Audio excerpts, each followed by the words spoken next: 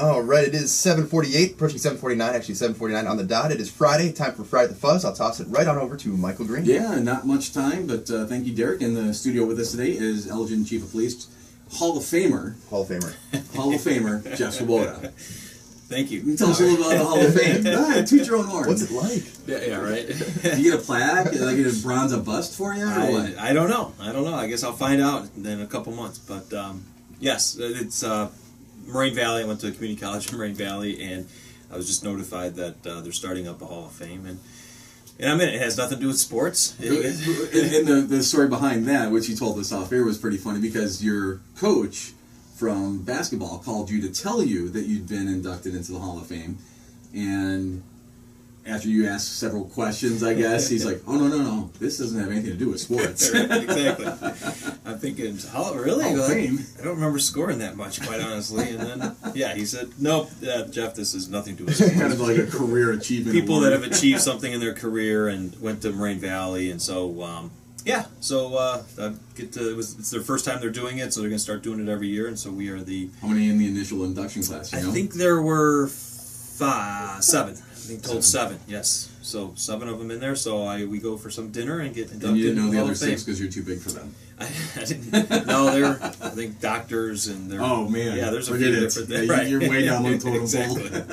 Exactly. So it was exciting news. It was fun to hear, and so, yeah, I'm excited. Good stuff. Did want to talk, I know we talked about this last week a little bit. There was video that you guys had put out and a still shot that you put out about an Elgin man who, you believe to be, at that time, unknown, but there was a man who robbed an Aldi store as well as 2 Family Dollar stores on 2 different dates. But the video that you had and descriptions and everything else all led you to believe it was the same person. And it looks like you were able to close that case and charge a 52-year-old Elgin man in that. Can you talk about that a little bit?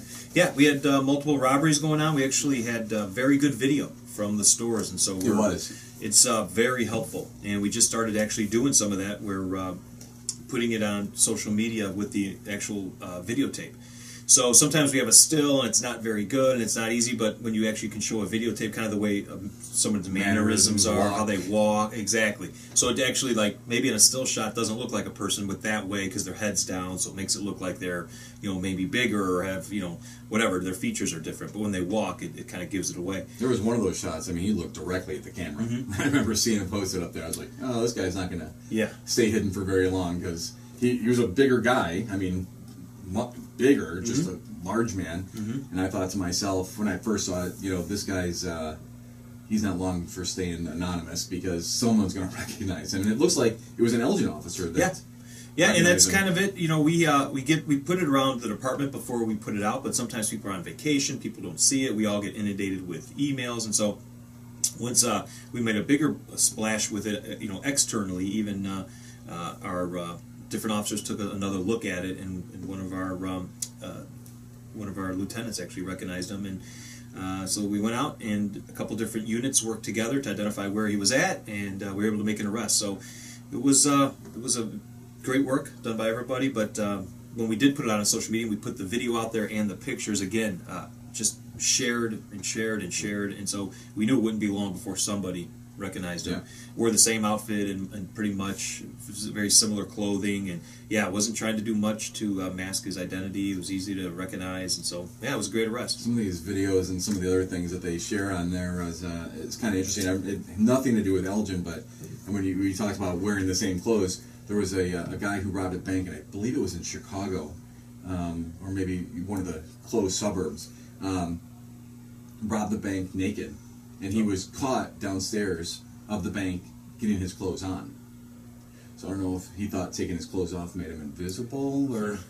It was interesting. I read it and I was like, whoa. Yeah, I don't remember that one. It's different. Mm-hmm. Yeah. So, another thing, we always talk about just kind of the unknown dangers of, just being a police officer. You never know. We've talked about why 3 squad cars pull up on a traffic stop sometimes, or, anything like that. And there was an incident last Saturday, I believe it was, Saturday evening, a 49-year-old man on Stella, and officers, it sounds like, were called to just kind of oversee maybe a breakup happening or call it a something. standby generally where something's going on. And next thing you know, the officers who are on site just there have to pull their weapons out because this guy pulls his weapon out.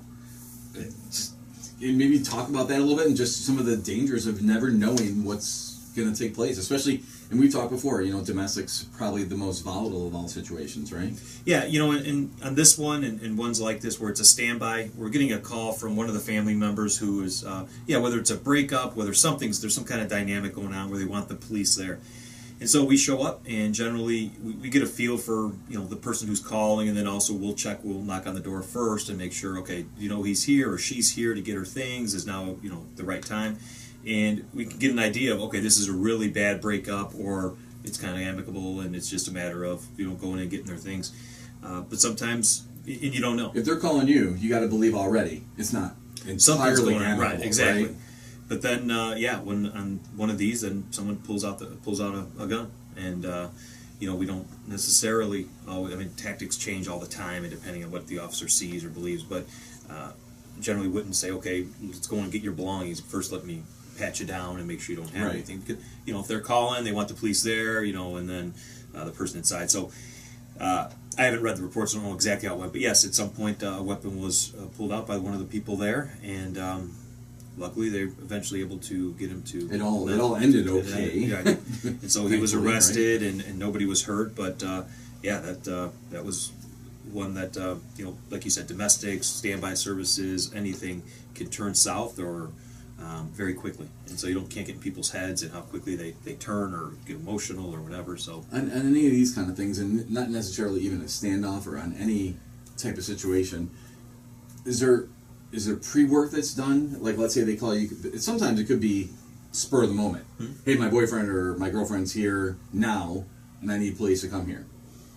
But with the advent of computers and smartphones and everything else like that, are you able to not walk into a situation blind, where you kind of know maybe some of the history, if there's an arrest report or there's been 17 phone calls to this location over the last month, or things like that? Are you able to have all that almost immediately? Yeah, officers are able to get in. Our communications division does a great job. If they send us onto something like this, they'll say, okay, we were out there last night for a domestic, somebody was arrested, or what's the point of this? So officers can do a little research and see how many the call history at that location, if there are arrests. Officers many times will just talk to, because not everything maybe will make it into it, but an officer may know at this house they're always arguing or something's going on, and maybe it doesn't always make it to a point of, the police are out there. But you'll hear officers on the radio saying, I was just out there, I just drove by, this is going on, or the person lives in the basement, the kind of, we're always telling each other different things, the officers are back and forth. But yeah, our records management system does a lot with getting us information on addresses, on people, as we're responding. So you're less blind, you can get some information. Obviously things change all the time, but it's one of the best things about our records management system. 5 or 10 years ago, or 3 years ago for that matter, that would have been an entirely different story. Where send somebody down to the file cabinet to go right. What's going to happen then? But now everything's computerized. Very quick from the officers in the squad, and communications has been able to do that through our CAD system for a while, but nowhere near what we're able to do now. And identify the incidents. Officers are able to put different notes on the incident as well. So if something, they're going back to the Swoboda house again, be prepared. Last time he made a threat with a gun, and so they can just read little notes about what are the things that are going on or the dynamic. So definitely very helpful, so that officers. Again, we do a lot of things where we're going in cold and we don't know much information, but when we do have some time, we do have some information, we can at least give just little tidbits, sometimes helps. And so, or there's kids in the house, there's this going on, so all those types of things do end up helping. So, got only about 2 minutes left, a couple things yet that we wanted to talk about. So, I know iFest this weekend. Yeah. And Big Timber road construction, though not a police matter. I express to you my frustration with it, because there's no easy way to get into Elgin for me now. Nowhere near, because iFest is going to be downtown. Right. But if you're coming from another part of town, or maybe the north side of Elgin, it could be difficult to get to because you can't come across Big Timber. So now you're either coming across 90 or Higgins and then down Main Street, or up across Highland, or you're going. And there's no great way to get around there, but yeah, it'll be done, I think, here in the next day or two, hopefully today. And so yeah, hopefully it won't impact that. But you're right. I mean, some of these things. You guys have been doing a great job of keeping everybody updated. It's funny, we're the police, and people have started to look to the police department for a lot of the information. Christy's been just on top of it so much with what's going on Facebook that we put things there. I mean, it's still police related because the road's closed or there's a detour, but people are looking to it now. Or then it's funny, it's demanding answers of the police department. Will it be done by Monday? I saw someone posted that or and this road's really bumpy. When are you guys going to resurface it? I'm like, well, if you look at the top of the page, it says Elgin Police Department Facebook page. And so people have asked that. There's a Facebook page as well for the city, and so they're putting a lot of content up there. But hopefully, people will find their way down to iFest. It'll be downtown Elgin on the new promenade, so it's going to be a nice time. It does. The feedback that people have been talking about, and I was just down there Wednesday for the big concert as well, and it's so neat to see just thousands of people, many not even from Elgin, and then each one that we talk to that's not from Elgin says the same thing. I haven't been down here for years. Boy, this is beautiful down here. So good. That's what we want. Hopefully, we keep pushing that downtown area, and the concerts have been a huge draw. So it's been exciting. We've got one other thing I wanted to talk about too is this is going to take place before our next show, and that's the fundraiser for retired Sergeant Tom Linder. He retired from the department in 2012 after 27 years. Spent much of his life helping others. This is directly from the Tom Linder fundraiser page on Facebook. Not just during his law enforcement career, but through personal missions he undertook with community organizations. Shortly after he retired, he suffered an illness that has caused financial challenges for his family. While we do not ordinarily post fundraisers, we have actually organized this one to help our comrade. On August 28th from 5 to 7, we are hosting a fundraiser for Tom Linder at Danny's on Douglas in Elgin. For a cost of $20, guests can enjoy pizza and soft drinks. The proceeds will directly benefit Tom and his family, who have given so much to our community. If you know Tom, as I do, and great man. Yeah, he's been on the show. Aside from a police officer. Big WRMN guy, too. I remember he was calling on the radio shopping show. He was always... Yeah. Or if you just want to help, we hope you will join us. If you have questions about the event, you can contact Chief Swoboda, 847-289-2760. And a little update where it says, we're amazed at the outpouring of support Tom has received. While we appreciate that others may want to raise funds for Tom for this Elgin Police-sponsored fundraiser, there are only two ways to donate. Come to Danny's the night of the event, or mail a check out to Tom Linder to Chief Swoboda in care of the Elgin Police Department, 151 Douglas Avenue, Elgin, Illinois, 60120. While others' intentions may be positive and above board in their separate fundraising efforts, we cannot guarantee that. We can, however, ensure that the funds received at Danny's that night and those sent directly to Chief Swoboda will indeed make it to the Linder family. If you have questions, again, 289-2760. Of course, that's area code 847.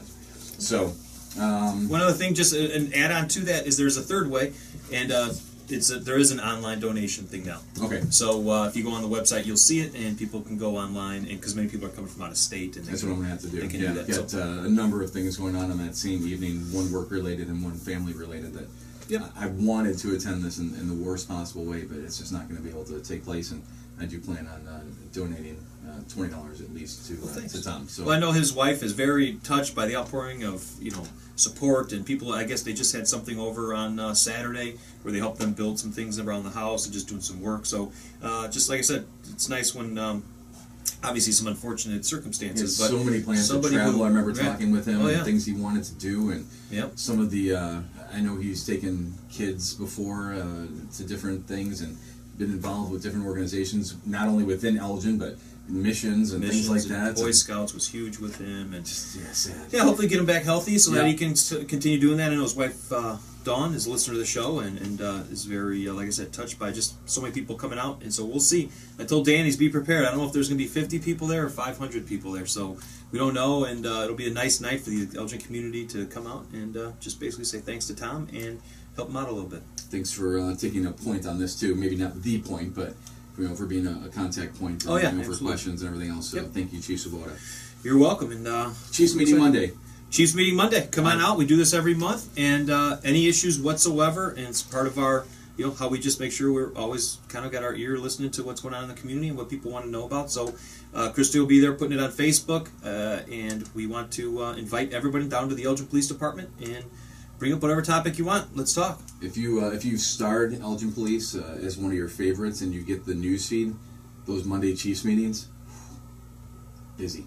Busy, yeah. I got you. It's just yeah. You know, update. Firing, you know, all the helps us though. I mean, I'm telling you, like your Facebook page helps us, especially with like commuter alerts and things like that happen right when we can't see that close into Elgin with like with the side streets and everything. It helps us. So, I mean, Mike points it all the time during my traffic report. I'm like, all right. Yep. It definitely. So, it's definitely been it's been helpful for everybody. We enjoy doing it.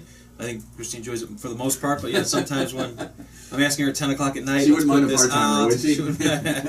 So, but it's really growing, and so we're doing that, and we'll have a post today, I guess, on a few of us dumping some ice water over our heads. So we've been challenged, and we're stay away from power lines. Power lines, that's what I hear. So yeah, that was sad. So we'll be doing that, and everyone have a fantastic weekend. Stop down by iFest, and other than that, we'll see people around. Thursday at Tom's. Thursday at Tom's, yep, and Monday at the Chiefs meeting. So, a lot of stuff. Jeff. Thank you for coming in. Thanks for having me, guys. Anytime. You're listening to AM 1410, WRMN. In Elgin.